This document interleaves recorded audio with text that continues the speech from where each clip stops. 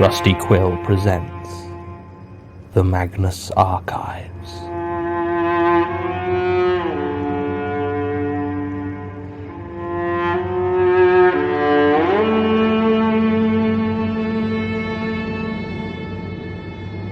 Episode 16, Arachnophobia.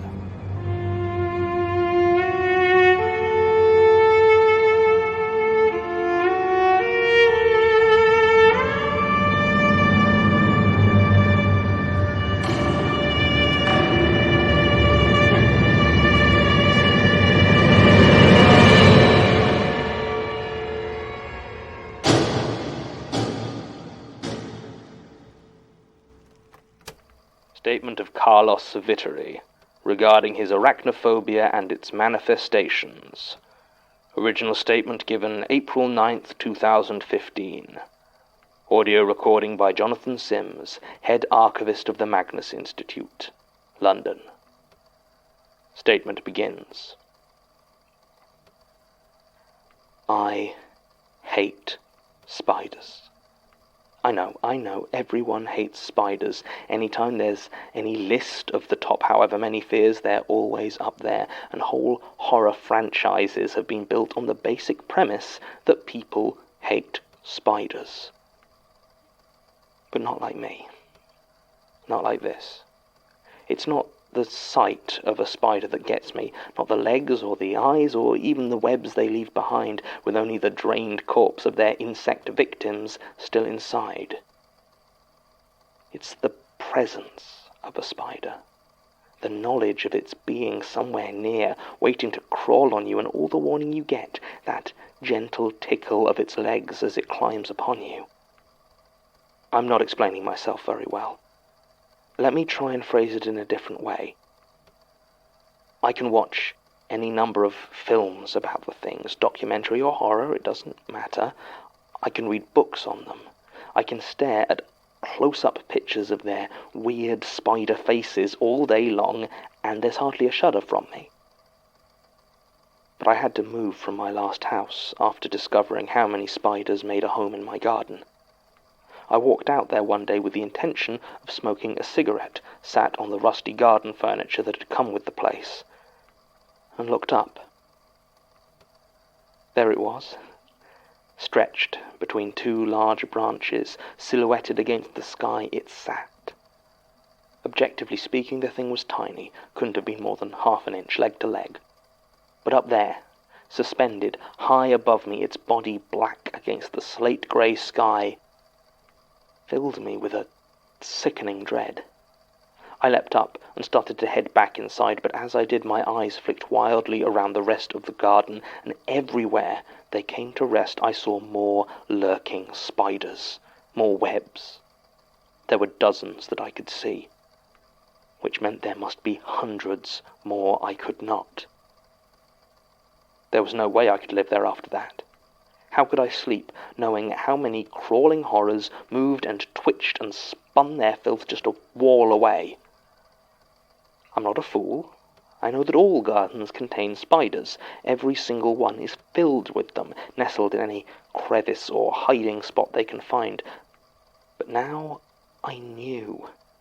I had seen them in their spindly multitudes, and I could not unknow how many were there. I could not stop thinking of when winter would come and they would seek to find a way into the warmth of my home. So I had to move. Renting in London moves very quickly, which is a pain if you're looking to find exactly the right place to live. But if you just need to get out and into a place as far away from a garden as possible, and you aren't choosy, it can be sorted out very fast indeed. I found a place in Boothby Road in Archway. While nearby Elthorne Road was full of houses and gardens, no doubt infested with spiders, my building was surrounded by concrete driveways and parking spaces, and the only vegetation were a few window boxes the other residents kept. The place was old, but had been kept clean enough that I didn't need to worry about hidden webs, and the rooms, though small, were open enough that I could keep an eye on all corners. I was on the second floor, so any 8-legged intruder would have something of a climb to access it, although I was acutely aware of the distance a spider can shoot its web when it wants to get somewhere. The building was also quite happy with pets, so I got a cat. I had heard from a friend who had a pair of them that they have a habit of catching spiders and eating them, slowly and torturously. This sounded good to me, so I invested in an older tabby from a local shelter called Major Tom. This is all a lot of superfluous information, I know, but you have to understand the lengths I went to, how little I would tolerate a spider to live in my presence, to fully grasp how unnatural it was, what happened to me, what is still happening to me. I saw a spider about 3 months ago. Not unusual, certainly not as unusual as I would like. Even with all my precautions, they still managed to get into my home once a month or so.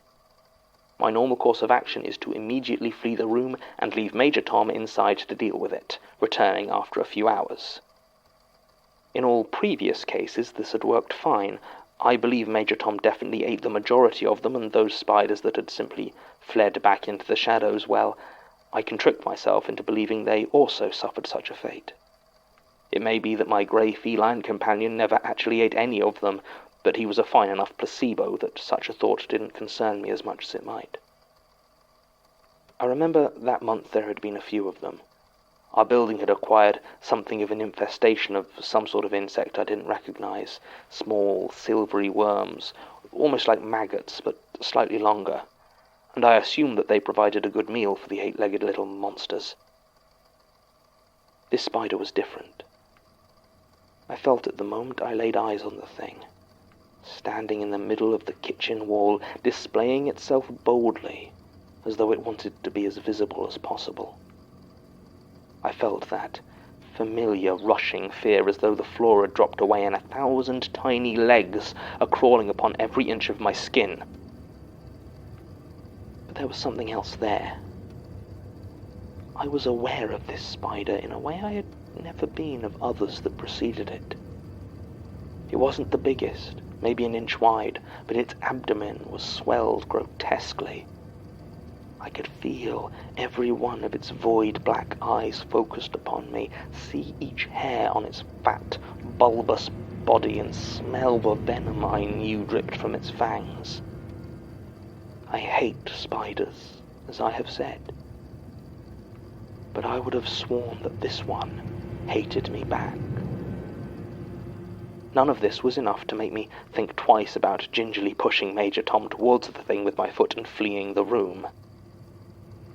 I made my way into the living room and closed the door behind me, leaving cat and spider to deal with each other.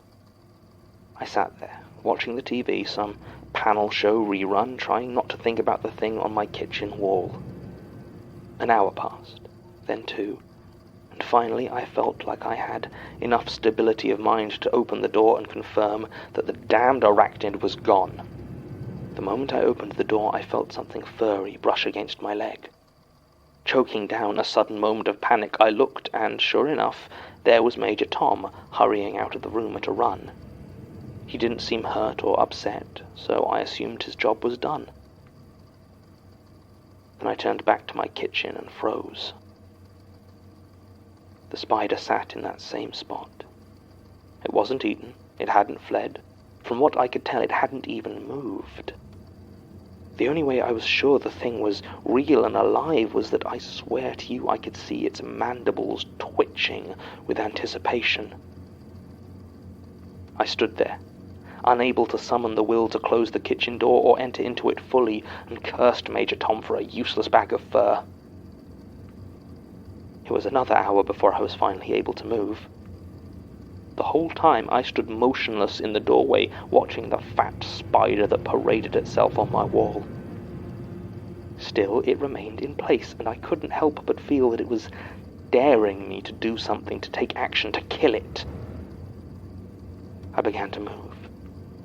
Slowly, ever so slowly, I approached it, reaching a hand over the table and taking the half-drunk mug of coffee, now long cold, in my hand. I gripped the handle so tight I was sure it would snap off in my fingers. Finally, I stood before the spider, preparing myself to calmly crush it against the wall. Then it moved without warning, and I hurled the mug against the wall with all my might. It hit the spider dead on and exploded in a shower of coffee and china. I stood there for a minute, breathing hard, but all that remained was a large stain on the wall and mug shards littering the floor. I should have cleaned it up immediately, but I was so tired, as though killing the spider had taken every ounce of wakefulness that I had within me. I simply turned around and went to bed. My dreams that night were many-legged, but there's not much unusual in that. I spent the next morning cleaning up the detritus from my battle with the spider. I wished that I had gotten the coffee cleaned before it had dried, but by lunchtime the place was looking very much as it had before. As I swept up the smashed mug, I noticed that the largest shard, emblazoned with the design of a stylized blue owl, had a vivid smear on it. Brown, red, and green were crushed onto it where it had hit the spider. It disgusted me, but looking at it, I couldn't help but feel a small surge of triumph, and I smiled as I threw it into the garbage bag. Major Tom watched, impassive as always. The next few days passed without incident. Major Tom had never been much of an indoor cat, so I had installed a cat flap some time before to allow him to come and go as he pleased. After that first encounter, he seemed to spend more time outside, and I saw him less and less as the week progressed. I didn't think much of it. We'd had a particularly mild Christmas, so it made sense that he'd be enjoying the outside as much as possible before winter really set in. It was the Friday after my first encounter that it happened. I came in from work, tired after a difficult week. I used to work as a data analyst at an online betting company, and decided to order takeout and relax in front of some TV. I eased myself back into my armchair and reached for the remote. I was aware that Major Tom wasn't anywhere to be seen, which was odd, since he usually got fed shortly after I arrived home, and he was never one to miss a meal. Still, I didn't think of it, and turned on the television. I hadn't turned on the satellite box, so what showed at first was an empty blue screen. I reached to the other remote to turn it on, when I realized the blue screen wasn't empty. There, sat on it, black against the glowing background, was a spider. And not just any spider, but I swear to you, and here's where you march me out of your little institute as a time-wasting lunatic, but I swear that it was the same damn spider. It was the same size, the same shape, the same thick, pulsing abdomen, but more than that, I felt it. I felt it in that fear that hit me like I had been punched in the stomach, and I felt it in the way that that thing just sat there, unmoving, waiting for me to kill it again. I was stuck to my chair, just watching this spider as it stood there on the screen of my television. I called for Major Tom, but there was no response. God knows how long I sat staring at the spider on my television. I don't wear a watch, and I couldn't move my arm to check my phone. If I hadn't been sat down, I would have run already, but standing up was more movement than I could bring myself to make while it watched me. Finally, I got to my feet. It was less effort than I expected when I finally mustered the will to do it, although that's not really how it felt at the time. At that point, it felt almost involuntary, as though something were lifting me, hoisting me to my feet by unseen strings. I began to walk, but rather than fleeing the spider, I found I moved towards it, till I stopped there, so close I could have touched it, though my mind recoils at the thought. Before I realized exactly what I was doing, I lifted my leg and kicked the television, instantly crushing the bulbous spider beneath the heel of my shoe, and, now I think about it, narrowly avoiding a nasty electrocution. I had had no inkling I was capable of such a thing, but once again the spider was dead, and I had a slimy stain on my shoe. I threw the shattered remains of the television away, burned the shoe, and tried desperately to return to something approaching my normal life, but it was no good. The spider that I had killed had come back, of that I had no doubt, and a deep paranoia began to set in as I waited for it to return again. I saw Major Tom only once in the weeks that followed. He came in, sniffed at the bowl of food I had continued to put out for him in the vain hope of luring him back, and turned around and walked away. As he left, he gave me a look that I could have sworn was one of pity. I called in sick to my job, as I wasn't really sleeping, and so much of the time was spent checking nooks and corners for the spider that I was a nervous wreck. More than once I did find spiders, but they weren't the one that was after me, so I killed them without a second thought. My life descended into the mess that it still remains today. I was right, though. 2 weeks after I kicked it to death on my TV, there it was, over my bed, standing on the wall over the spot where my head lay each night as I tried in vain to sleep. It was that damned spider, and I recognized it. My bedroom is better lit than the kitchen, and it wasn't silhouetted against a screen, so for the first time, I got a really good look at my tormentor. And I realized that I had seen it before the kitchen. I was not born with a fear of spiders. In fact, for the first 6 years of my life, I can only assume I existed in peaceful harmony with them. But that changed in the autumn of 1991. I didn't live in London then, but with my parents in Southampton, and we would visit my grandparents every Sunday out in the nearby New Forest. They lived on the edge of a suburb, and from the bottom of my grandmother's garden you could see fields stretching away for a half a mile to the tree line. I used to spend a lot of time down there, and if you were lucky, sometimes there would be horses. That day, there were no horses, just an overcast sky and wind that threatened to blow off my blue woolen hat. I was wandering through the scattered trees by the fence I wasn't allowed to cross, and I noticed a fallen log. I had seen it before, of course, as there was little in that place that changed much between my weekly visits. But there was something different about it. In one of the hollows sat something that I did not recognize. It was pale brown and looked soft and lumpy, like a small sack. Knowing no better, I approached it and saw, perched on its top, a small spider. It watched me, warily, its fat abdomen twitching, but it did not move.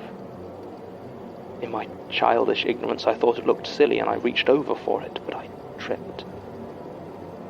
My hand hit the spider, killing it instantly and plunging into the egg sac below, causing it to tear open and explode.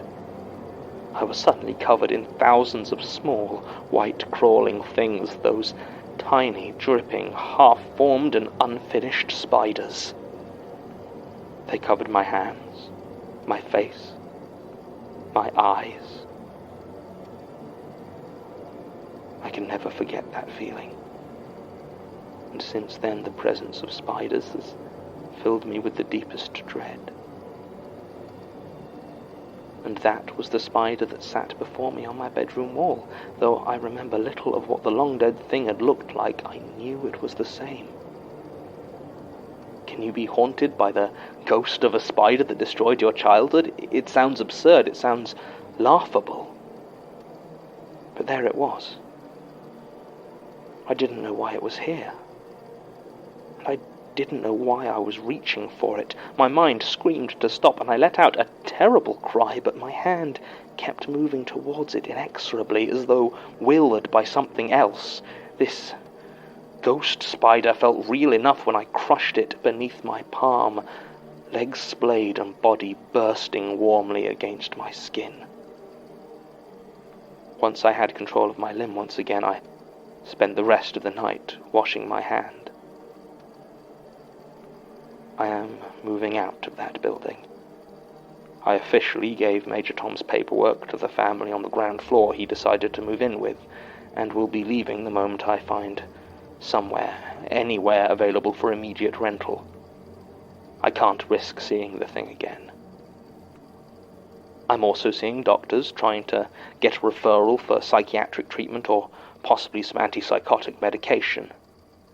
But I felt I should probably give you a statement as well. I don't expect you to believe me, but if ghost spiders falls under anyone's remit, I suppose it's yours. Statement ends. I think the most important lines in this statement come at the very end. Antipsychotic medication and disbelief are, I think, exactly what Mr. Vittery needed to get through his problem with, ghost spiders. There simply aren't enough details given in this statement to actually investigate, short of Martin confirming that Mr. Vittery did indeed live at the addresses he provided. I would have asked Tim to follow up with Mr. Vittery himself, but he appears to have passed away shortly after giving his statement. He was found in his Boothby Road residence after neighbours complained of the smell, and had apparently been dead for over a week. Coroner's report lists asphyxiation as the cause of death, probably due to choking, though it doesn't say what he choked on. Simply lists foreign organic material blocking his throat. If I were of a more alarmist nature, I might think the appearance of Mr. Vittery's corpse lent some credibility to his tale. But as I told Martin earlier, he was there for over a week, so there is very likely a perfectly natural explanation for the fact that his body was completely encased in web. End recording.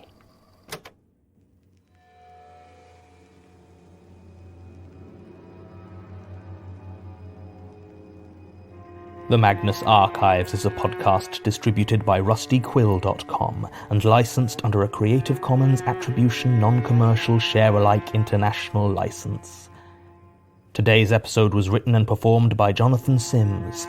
It was produced by Alexander J. Newell, Mike LeBeau, and Murray Porter, and directed by Alexander J. Newell. To comment on episodes, make donations, and view links, images, videos, and show notes, visit rustyquill.com.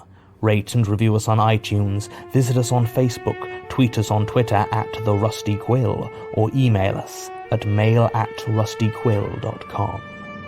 Thanks for listening.